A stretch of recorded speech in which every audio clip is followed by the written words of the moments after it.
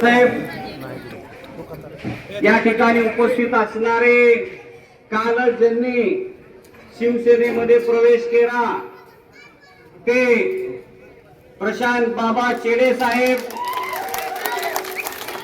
शिवसेनेचे जिल्हा अध्यक्ष रणजितदादा पाटील साहेब, मेघराजदादा पाटील साहेब, या ठिकाणी उपस्थित असणारे मच्छिंद्र तात्या कवडे, राष्ट्रवादी काँग्रेस, शिवसेना काँग्रेसचे सर्व कार्यकर्ते, नेते, पारगाव परिसरातील पारगाव गावचे व सर्कलचे आलेले सर्व शेतकरी बांधव, आज ओमदादांनी आपल्याला आपल्या मतदारसंघासाठी वेळ दिलेला होता. आज सकाळपासून ते आपल्या मतदारसंघामध्ये आहेत. दुपारपर्यंत त्या ठिकाणी 2 सभा झालेल्या आहेत आणि ह्याच्यानंतर 3 सभा अजून आपल्याला करायचे. त्यामुळे मी अगोदर बोलतोय, माझ्यानंतर रणजितदादा या ठिकाणी बोलतील, रणजितदादा नंतर बाबा बोलतील आणि बाबा नंतर खासदार साहेब बोलतील. उमेदवार असणाऱ्या माणसाने कमी बोलायचं असतंय, कारण पारगाव मध्ये आपण नेहमी भाषण करतो, आपला या ठिकाणी संवाद असतो. मला पुढे जाऊन पाऱ्याची सभा सुरू करायची, त्यानंतर तेरखेड्याची सभा करायची आणि 10च्या आत ओमराजे साहेबांचा बहुमूल्य वेळ त्या ठिकाणी वाचवायचा आहे. पारगाव या गावाने आणि सर्कलने सुरुवातीपासून माझ्यावर प्रेम केलेलं आहे, मला आशीर्वाद दिलेला आहे. माझे वडील कैलासवासी मारुद्र मोठे पप्पा यांच्या मागे देखील पारगाव आणि परिसर खंबीरपणे नेहमी राहिलेला आहे. प्रत्येक निवडणुकीमध्ये या सर्कलने विजयामध्ये सर्वात मोठा वाटा देखील या ठिकाणी उचललेला आहे. एक भावनिक नातं पारगाव आणि मोठे कुटुंबियाचं या ठिकाणी आहे. हे करत असताना मी 15 वर्ष आमदार असताना आपल्या मतदारसंघाचं सिंचन क्षेत्र वाढवण्याचा प्रयत्न केला. सिला कोळेगाव धरण असेल, शिराळा उपसा सिंचन असेल, आन्हाळा उपसा सिंचन असेल, हातोला स्टोरेज टँक असेल, यशवंती स्टोरेज टँक असेल, इस्रूप स्टोरेज टँक असेल, यशवंती स्टोरेज टँक असेल किंवा दुधाळवाडी स्टोरेज टँक असेल, कडकनाथवाडी स्टोरेज टँक असेल. नावं अजून 10-15 घेता येतील, सर्व नावं मी या ठिकाणी घेत नाही. ही कामं पूर्ण करण्याचा आपण या ठिकाणी प्रयत्न केला. दुसरं, माझे वडील कैलासवासी मारुद्र मोठे पप्पा यांनी आपल्या ईटचा संगमेश्वर प्रकल्प पूर्ण केला. त्याचा पाण्याचा फायदा आज आपल्या मतदारसंघातील सगळ्या लोकांना होत आहे. 33 केवीची कामं आपण मतदारसंघामध्ये केलेली आहेत, ती नावं मी तुम्हाला सांगत बसत नाही. मधल्या कालावधीमध्ये ज्ञानेश्वर तात्या आमदार होते, त्यांच्या कालावधीमध्ये देखील ही सिंचनाची कामं झाली. ठाकूर साहेब विरोधी पक्षाचे नेते, तरी सुद्धा त्यांच्या काळामध्ये सुद्धा आपल्या मतदारसंघामध्ये काही सिंचनाची कामं झाली आणि आपल्या मतदारसंघातल्या नेते मंडळीनं आपलं सिंचन क्षेत्र आपापल्या परीनं खारीचा वाटा घेऊन वाढवण्याचा प्रयत्न केला. आणि अशी परिस्थिती असताना दुसऱ्या जिल्ह्यातला उपरा माणूस आपल्या जिल्ह्यातून आपल्या नेत्या मंडळीने 40 वर्षामध्ये काय केलं हा प्रश्न आपल्याला विचारतो. हे आपलं सर्वात महत्वाचं दुर्दैव या ठिकाणी आहे. 15 वर्षामध्ये आपण काय केलंय आपल्याला माहिती आहे, मी त्याची रिपिटेशन या ठिकाणी करणार नाही. गेल्या वेळेस माझा पराभव झाला, पराभव स्वीकारला आणि विरोधी पक्षाचं काम मी या ठिकाणी सुरू केलं. विरोधी पक्षाचं काम करत असताना पीक विम्यासाठी प्रयत्न केला, सोयाबीनचा भाव वाढवण्यासाठी आंदोलन केलं, दुधाचं आंदोलन केलं, कांद्यासाठी आंदोलन केलं. जे विरोधी पक्षाचं काम असतं ते आंदोलन मी या ठिकाणी केली. आमदार असताना सुद्धा माझा जनता दरबार चालू होता. दर रविवारी मला भेटायला लोक यायची का नाही? प्रत्येक रविवारी आमदार असताना भेटत होतो, आमदार नसताना सुद्धा माझा जनता दरबार चालू होता. प्रत्येक आठवड्याला आपण इथं भेटायचो आणि जे आपण निवडून दिलेले आमदार आहेत त्यांनी आपल्या 5 वर्षामध्ये किती जनता दरबार घेतले? वर्षाला एखादा तरी घेतला का? हा आपल्यातला आणि त्यांच्या कामातला फरक आहे. ही आपण या ठिकाणी समजून घेण्याची गरज आहे. दुसरी महत्वाची गोष्ट, तुम्हाला जर मला भेटायचं असेल तर 10 मिनिटात 15 मिनिटात तुम्ही गिरवलीला येऊ शकता. कोणाच्या मध्यस्थीची गरज नाही. कोणत्याही पक्षाचा माणूस आला तर त्याचं काम आपण या ठिकाणी करतो. परंतु आपण निवडून दिलेला आमदार जो गेल्या वेळेस होता, त्याला आपल्या किती जण इथं बसलेले पैकी भेट घेतलेली आहे? त्यांची तुमची भेट होऊ शकते का? त्यांच्याकडून काम करून घेणं तर लांबच राहिलं. त्यांच्याकडून फक्त भेट जर तुम्ही घेतली असेल तर तुम्हाला बक्षीसच मी बोलतो देतो.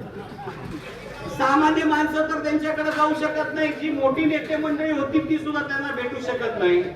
आणि मग आमदाराला भेटताच येत नसल, त्याला बोलताच येत नसल, त्याच्याकडून प्रश्न सुटणार कशी, हा सगळ्यात महत्वाचा प्रश्न आपल्या मतदारसंघातला आहे. त्याला काही लोकांनी सांगितलं की लोक कुजबुज करतायत, आमदार झाले तुम्ही मतदारसंघामध्ये फिरत नाही. त्या माशेने भाषणामध्ये सांगितलं, माझ्या मनाचं नाही की रोज मतदारसंघामध्ये फिरून माझा चेहरा बघून माझा काही मुका घ्यायचा का म्हणाले. हे माझं वाक्य नाही, हे त्यांचं वाक्य. आणि अशा परिस्थितीनं जनतेला कमी लेखण्याचं काम त्यांनी या ठिकाणी केलेलं आहे. विकासाचे प्रश्न होत राहतील, त्याचे प्रत्येक भाषणामध्ये मी बोलतो. परंतु या निवडणुकीमध्ये मला राष्ट्रवादी काँग्रेस पक्षाने एबी फॉर्म दिला होता, रणजित दादाला शिवसेनेने एबी फॉर्म दिला होता. आणि आपल्या कार्यकर्ते संभ्रमात होते, आमच्या पक्षाचे होते, त्यांच्या पक्षाचे होते. अशी परिस्थिती असताना फॉर्म भरण्यावर सुद्धा आम्ही रणजित दादा आणि त्यांचे कार्यकर्ते, आमचे कार्यकर्ते बैठक घेतली आणि ज्याला तिकीट मिळेल त्याचं काम करण्याचं त्या ठिकाणी आमची चर्चा झाली. ज्ञानेश्वर तात्या होते त्यावेळेस देखील अशीच आमची चर्चा झालेली होती. तिकीट मिळाल्यानंतर रणजित दादांनी पक्षाचा आदेश ऐकून एका मिनिटात परांड्याहून गाडी चालू करून शेवटच्या 2 मिनिटांमध्ये त्यांचा अर्ज काढला. ही पक्षनिष्ठा त्यांनी या ठिकाणी दाखवलेली आहे. त्याच्यानंतर आमदार साहेब, खासदार साहेबांनी आम्हाला दोघांना बसवलं. शिवसेनेच्या बद्दलचा भविष्यामध्ये नगरपालिका असतील, जिल्हा परिषद असेल, कशा पद्धतीने तुम्ही काम करणार, जेवढा मान सन्मान तुम्ही राष्ट्रवादीच्या कार्यकर्त्याला देतात तेवढा मान सन्मान सेना आणि काँग्रेसच्या कार्यकर्त्याला सुद्धा दिला पाहिजे असं ओमराजे साहेबांनी आम्हाला सांगितलं. आणि त्या बैठकीमध्ये त्यांना शब्द दिला की तुमच्याकडे कुठलीही आमची या ठिकाणी तक्रार येणार नाही, अशा पद्धतीचं काम आम्ही येणाऱ्या काळामध्ये या ठिकाणी करणार आहोत.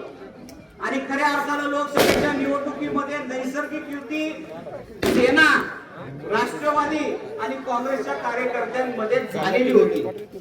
तीच परिस्थिती आज आपल्याला या ठिकाणी पाहायला मिळते. हे करत असताना दादा आमच्या कामाला सुरू केलेली आहे. त्यांनी अनेक सभा माझ्यासाठी घेत आहेत. आणि सर्वात महत्वाची बाब, काल प्रशांत बाबा चेडे साहेबांनी जो निर्णय घेतलेला आहे त्याच्याबद्दल सुद्धा त्यांचं मनपूर्वक हार्दिक अभिनंदन मी या ठिकाणी करतो. आताच वाशीला त्यांच्या घरामध्ये जाऊन वाशीला जाऊन आम्ही त्यांचा सत्कार राष्ट्रवादीच्या सर्व कार्यकर्त्यांनी केला. तात्या त्या ठिकाणी होते, तिथं सुद्धा आमची चर्चा झाली. बाबांनी सुद्धा त्या ठिकाणी त्यांच्या कार्यकर्त्याचं येणाऱ्या काळामध्ये मान सन्मान दिला पाहिजे अशा पद्धतीचं चर्चा भाषणामध्ये सांगितली. आणि येणाऱ्या काळामध्ये एकत्रितपणे ह्या तालुक्याचं राजकारण करण्याचं आमच्या सर्वांमध्ये या ठिकाणी ठरलेलं आहे. हे करत असताना मराठा आरक्षणाचं आपलं सर्व गोष्टी चालू असताना त्यावेळेस देखील बाबांची आमची चर्चा झाली. त्यावेळेस सुद्धा आम्ही एकत्र आलो. कोणत्याही सार्वजनिक कार्यक्रमामध्ये आम्ही एकत्र येत होतो. ज्ञानेश्वर तात्या पाटील यांनी माझ्या विरोधात इलेक्शन लढवलं होतं, परंतु इलेक्शन संपल्यानंतर एकमेकाला खालच्या भाषेमध्ये आम्ही कधीच बोललो नाही, इलेक्शन मध्ये सुद्धा बोललो नाही. आणि अशी संस्कृती जोपासण्याचं काम आपण मतदारसंघामध्ये केलं. परंतु आज जी बाहेरून आलेले भाषे ते काय बोलतील ह्याचा नियम नाही. काय बोलतील अनेक उदाहरणं त्याच्यामध्ये, त्यामध्ये मी वेळ घालवणार नाही. त्याच पद्धतीनं बाबा बरोबर देखील आमचं प्रत्येक इलेक्शनला त्या ठिकाणी सामना व्हायचा, एकमेकाच्या विरोधात आम्ही इलेक्शन लढवायचो. परंतु इलेक्शन संपल्यानंतर किंवा इलेक्शन मध्ये सुद्धा खालच्या भाषेने आम्ही कधी त्या ठिकाणी एकमेकाला बोललो नाही. इलेक्शन झाल्यावर सुद्धा एकमेकाला सन्मान आणि एकमेकाशी चर्चा संवाद आम्ही करत होतो. ही संस्कृती आपल्या मतदारसंघाची होती. ती संस्कृती टिकवण्याचं काम आपण केलं. परंतु आज मतदारसंघाचं वातावरण बदललेलं आहे.